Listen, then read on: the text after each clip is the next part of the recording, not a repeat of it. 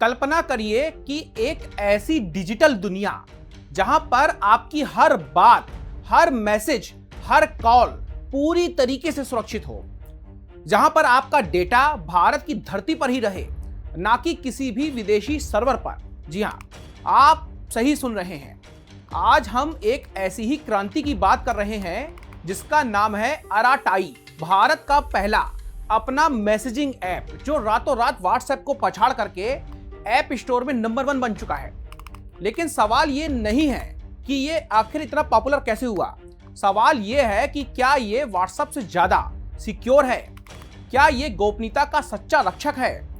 आइए इसकी कहानी को धीरे धीरे एक एक कदम खोलते हैं। क्या है ये, कब आया, कौन लाया, इसके फायदे नुकसान क्या हैं, इसमें सरकार का क्या रोल है, और सबसे ज्यादा जरूरी है व्हाट्सएप से सिक्योरिटी की जंग में ये कहां पर खड़ा हुआ है। तो तैयार हैं आप? चलिए, मेरा नाम है अपूर्व अग्रवाल और आप देख रहे हैं हिंदी खबर का डिजिटल प्लेटफॉर्म। सबसे पहले आइए समझते हैं कि अराटाई है क्या।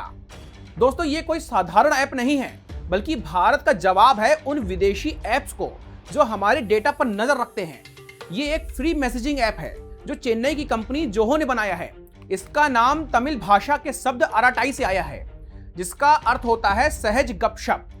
जैसे आप दोस्तों से चाय की टपरी पर बात करते हैं, वैसे ही इस ऐप पर chat, voice messages, video call और फोटो वीडियो शेयरिंग सब कुछ, यानी कि ग्रुप चैट्स में जैसे 1000 लोग हो सकते हैं, 24 घंटे की स्टोरेज होती है, बिजनेस के लिए चैनल्स है, और खास बात यह है कि ये इतना ज्यादा लाइट वेट है कि आपके अपने पुराने फोन पर भी जो 2G नेटवर्क पर चलता है, चाहे गांव हो या फिर शहर, अराटाई हर भारतीय के लिए बनाया गया है। इसके सभी वर्जन उपलब्ध हैं, iOS, एंड्रॉइड, डेस्कटॉप, यहां तक कि आपकी एंड्रॉइड टीवी पर भी ये चलेगा। आइए इसके जन्म की थोड़ी सी कहानी सुन लेते हैं। बात 2020 की है, जब व्हाट्सएप ने अपनी प्राइवेसी पॉलिसी बदली थी। भारत के 50 करोड़ यूजर्स के बीच में हंगामा हुआ कि हमारा डेटा कहां जाएगा। व्हाट्सएप की पेरेंट कंपनी मेटा ने हमारे डेटा को सेव करके रखा। बस यहीं से अराटाई की नींव पड़ी। जनवरी 2021 में जोहो ने इसे अपने कर्मचारियों के बीच में टेस्ट किया और फरवरी में इसे पब्लिक लॉन्च कर दिया। पहले ये छोटा सा प्रोजेक्ट था, दिन में तकरीबन 3000 के आसपास साइन अप होते थे, लेकिन सितंबर 2025 में एकाएक 100 गुना ज्यादा उछाल आ गया।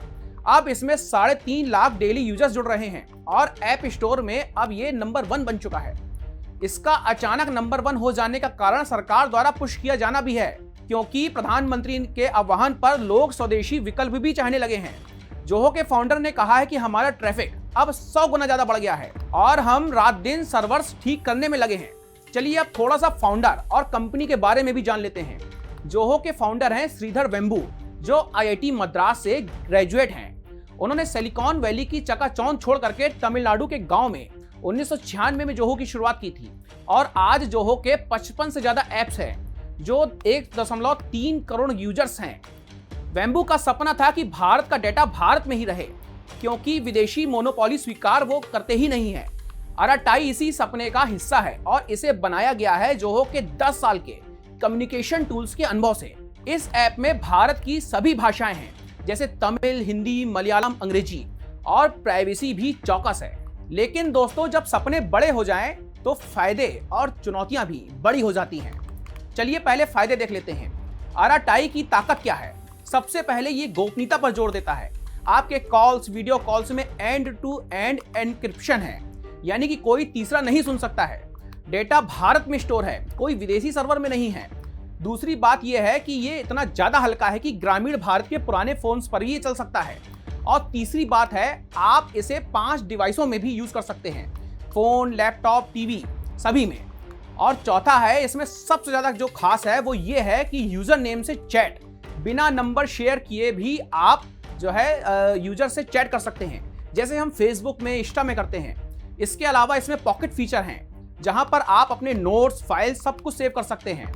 इसके अलावा इसमें मीटिंग टैब्स भी हैं, बिल्कुल जूम की तरह, और डेस्टिनेशन लोकेशन शेयरिंग भी इसे शानदार बनाती है। चलिए, तो ये हो गई फायदे की बात। अब बात करते हैं नुकसान की। हर कहानी में ट्विस्ट होता है। अराटाई अभी नया है तो कमियां भी होंगी। पहली, मैसेजेस में फुल एन्क्रिप्शन नहीं है, सिर्फ कॉल्स में है, यानी कि सेंडर और रिसीवर के बीच में आपकी चैट हैक की जा सकती है, जो व्हाट्सएप में बिल्कुल नहीं है। दूसरी है लोडिंग और OTP की समस्या। जो शायद अचानक बढ़ती हुई यूजर्स की वजह से उपजी होगी। इसके अलावा कुछ यूजर्स ने कॉन्टैक्ट लोडिंग की भी शिकायत की है। तीसरी, इसमें अभी कुछ फीचर्स गायब हैं, जैसे पेमेंट्स या फिर एपीआई। चौथी, अभी यूजर्स बेस बहुत ज्यादा छोटा है। व्हाट्सएप के पास में 50 करोड़ यूजर्स का डाटा है। और पांचवी, कुछ लोग इसे सरकारी प्रचार कह रहे हैं, इसीलिए इसमें ट्रस्ट इशू बना हुआ है, क्योंकि लोगों को यहां पर यह डर है कि सरकार के हाथ में अगर आपकी प्राइवेट चैट चली गई और सरकार आपकी जासूसी करवाएगी तो फिर इससे कई ज्यादा गंभीर परिणाम भुगतने होंगे। अब जोहो कॉरपोरेशन इन सभी कमियों को ठीक करने की कोशिश कर रही है। अब सवाल यही है कि सरकार ने इसमें आखिर क्या रोल निभाया है। तो दोस्तों, ये कहानी तब रंग लाई है जब सरकार ने आरटीआई को पुश करने के लिए शिक्षा मंत्री धर्मेंद्र प्रधान ने एक्स पर कहा कि ये फ्री, सुरक्षित, मेड इन इंडिया है, इसे सभी लोग डाउनलोड करिए। आईटी मंत्री अश्विनी वैष्णव ने स्प्रेडशीट और प्रेजेंटेशन के लिए जूहू यूज करने का फैसला लिया है और कहा है कि वे माइक्रोसॉफ्ट और गूगल के प्रोडक्टिविटी सॉफ्टवेयर के भारतीय विकल्प जूहू का उपयोग करेंगे। अब सरकारी पुशअप के बाद से इसके डाउनलोड्स अचानक 100 गुना ज्यादा बढ़ चुके हैं। दोस्तों, ये आत्मनिर्भर भारत का कमाल है।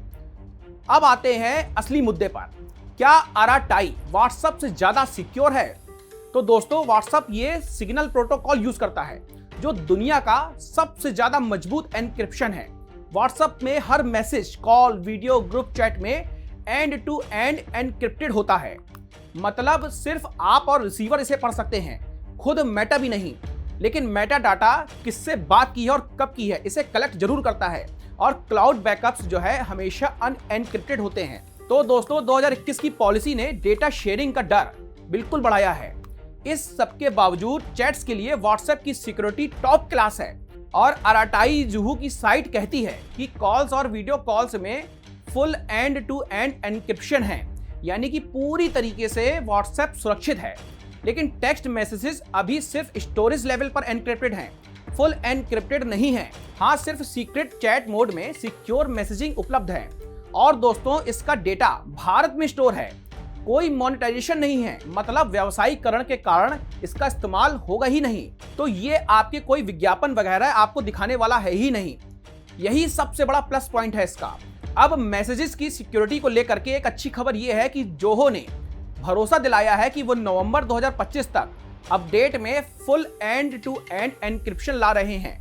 दोस्तों, हर क्रांति में चुनौतियां तो होती ही हैं। आरटीआई की सबसे बड़ी लड़ाई यही है कि व्हाट्सएप के 50 करोड़ यूजर्स हैं, सब आपके दोस्त, परिवार वहां पर मौजूद हैं। इसे नेटवर्क इफेक्ट भी कहते हैं। फिर सिक्योरिटी गैप जो एंड टू एंड एन्क्रिप्शन लाना जरूरी है मैसेजेस में, वो बहुत जरूरी है। सर्वर क्रैश हो रहे हैं, ओटीपी डिले है, ये सब चीजें तो चलिए समय के अनुसार ठीक भी हो जाएंगी, पर एंड टू एंड मैसेज में एन्क्रिप्शन लाना ये जो है जोहो के लिए बहुत बड़ी चुनौती होगा। और इसके अलावा फीचर्स में पेमेंट जैसे यूपीआई भी भारतीय यूजर्स को चाहिए होंगे। तो दोस्तों, आरटीआई सिर्फ ऐप नहीं है, ये भारत का डिजिटल सपना है। सिक्योरिटी में अभी ये थोड़ा पीछे जरूर है, लेकिन नवंबर अपडेट और स्वदेशी ताकत इसे जरूर बड़ा बनाएंगे। क्या ये व्हाट्सएप की जगह ले लेगा? ये आप पर है। डाउनलोड करिए, ट्राई करिए। आपकी गोपनीयता आपका गर्व है। कमेंट्स में हमें बताइए कि आपको क्या लगता है। अगली बार फिर मिलेंगे। धन्यवाद। जय हिंद।